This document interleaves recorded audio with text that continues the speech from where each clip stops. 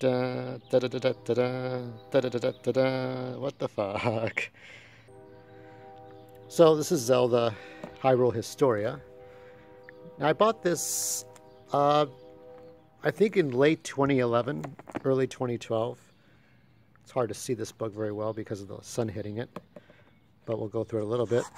So it's mostly like Skyward Sword stuff, all this art, all these pictures.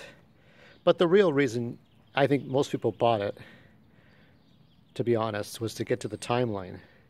Let's find the timeline. It's way the fuck over here somewhere. Here it is. So this was the Trifork, as I call it, the Trifork timeline. You have Skyward Sword and Minish Cap, with Ocarina of Time being the centerpiece. If the hero dies or not, or if he puts the sword back or not.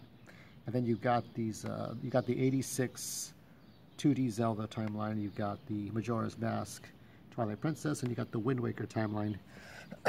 And you got all these pictures. You got the very first story, the very first Link, the hero of legend, and the hero of the sky, and the hero of the Minish people, the hero of men, the hero of time, the hero of the winds, all this stuff, all these things. Okay. And somewhere in here, you got this one taking place after A Link to the Past. And this is supposed to, Breath of the Wild is supposed to be like, I guess, the sort of the Ruby timeline, so it happens after the 3 timelines. But the thing is, and I say this as nicely as possible, for a certain YouTuber named Jesse, because the thing is, Nintendo doesn't really give 2 shits about the timeline. They do it as a courtesy. They do it to say, here's this thing, now shut the fuck up and just play the games. They care more about the games than they do the story. The story comes last.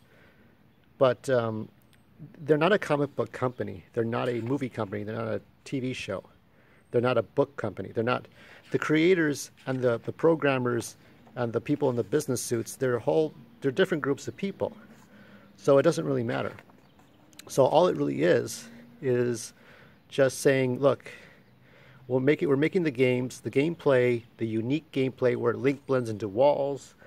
You use a stylus, you motion your hands, you use AR, you use VR, you use smell-o-vision, you use power gloves, you use light sensors, whatever. That's more important than telling a story. The story will be in there magically when we finish the gameplay. That's all that really matters. So, the whole thing about Link, the timeline, the storyline, that's more for like Superman, Batman, Spider-Man, Captain America, Star Wars stuff. I mean, if you want to really focus on continuity, focus on that stuff, right?